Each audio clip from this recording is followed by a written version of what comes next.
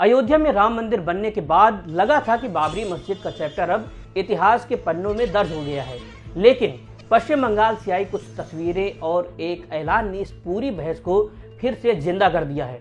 और इस बार मामला सिर्फ एक मस्जिद का नहीं है, मामला 1000 करोड़ रुपए, 60,000 बिरयानी के पैकेट और अरब देशों से जुड़े तारों का है। दरअसल पश्चिम बंगाल के मुर्शिदाबाद में एक ऐसा शिलान्यास हुआ है जिसने दिल्ली तक हलचल बढ़ा दी है।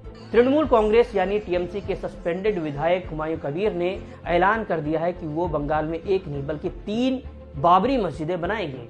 और ये सिर्फ हवाई बातें नहीं है, मुर्शिदाबाद में पहली मस्जिद की नींव भी रखी जा चुकी है। लेकिन इस खबर का सबसे चौंकाने वाला पहलू है इसका बजट और आयोजन। जिस दिन नींव रखी गई उस दिन वहां 60,000 बिरयानी के पैकेट बांटे गए। पहले ही दिन कंस्ट्रक्शन साइट पर 100 ट्रैक्टर ईंट और सामान पहुंच गया।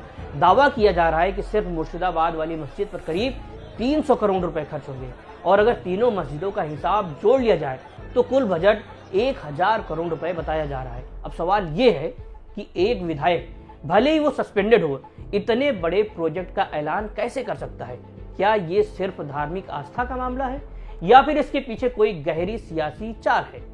नमस्कार, मैं शुभम तिवारी और आप देख रहे हैं एनडीटीवी इंडिया। सबसे बड़ा सवाल खड़ा हो रहा है फंडिंग को लेकर के। 1000 करोड़ रुपए कोई छोटी रकम नहीं होती है।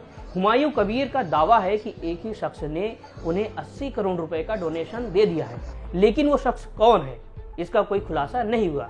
मामला तब और पेचीदा हो गया जब इस शिलान्यास कार्यक्रम में अरब देशों से आए मौलाना और धर्मगुरु भी मंच पर नजर आए।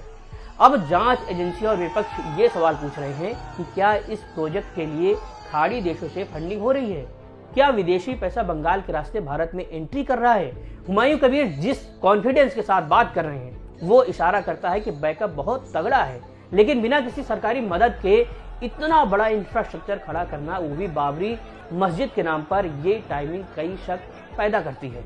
अगर आप इन मस्जिदों की लोकेशन देखेंगे तो पूरी पिक्चर क्लियर हो जाएगी। ये मस्जिदें किसी रैंडम जगह पर नहीं बन रही हैं। हुमायूं कबीर ने जिन 3 जिलों को चुना है वो बंगाल की सियासत के पावर सेंटर माने जाते हैं। पहली लोकेशन है मुर्शिदाबाद, यहाँ मुस्लिम आबादी करीब 70% है। दूसरी जगह है मालदा, यहाँ 51% मुस्लिम आबादी है। और तीसरी लोकेशन है बीरभूम। बीरभूम में 35% माइनॉरिटी वोट बैंक है। यानी ये प्रोजेक्ट सीधे तौर पर उस वोट बैंक को साधने की कोशिश है जिस पर ममता बनर्जी की टीएमसी और कांग्रेस दोनों की नजर रहती है। हुमायूं कबीर टीएमसी से सस्पेंडेड जरूर हैं, लेकिन उनकी राजनीति उसी वोट बैंक के इर्द गिर्द घूम रही है। एक्सपर्ट का मानना है कि बाबरी का इमोशनल कार्ड खेलकर वो अपनी अलग सियासी जमीन तैयार कर रहे हैं या फिर टीएमसी के लिए ही किसी प्लान बी पर काम कर रहे हैं। इस ऐलान के बाद सियासी पारा हाई हो गया है। बीजेपी ने इसे ममता सरकार की तुष्टीकरण की राजनीति बताया है। बीजेपी सांसद संबित पात्रा ने साफ कहा है कि ममता और हुमायूं मिलकर बंगाल का माहौल खराब कर रहे हैं।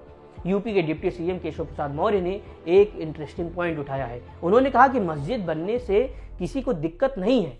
भारत में लाखों मस्जिदें हैं, लेकिन विरोध इस बात का है कि मस्जिद का नाम बाबर के नाम पर क्यों रखा जा रहा है। क्या एक आक्रांता को ग्लोरीफाई करने की कोशिश हो रही है? दूसरी तरफ टीएमसी नेता शत्रुघ्न सिन्हा बचाव में उतरे हैं। उनका कहना है कि बीजेपी धर्म के नाम पर हंगामा कर रही है, लेकिन कहानी सिर्फ बंगाल तक सीमित नहीं है। बंगाल की आग हैदराबाद तक पहुंच गई है।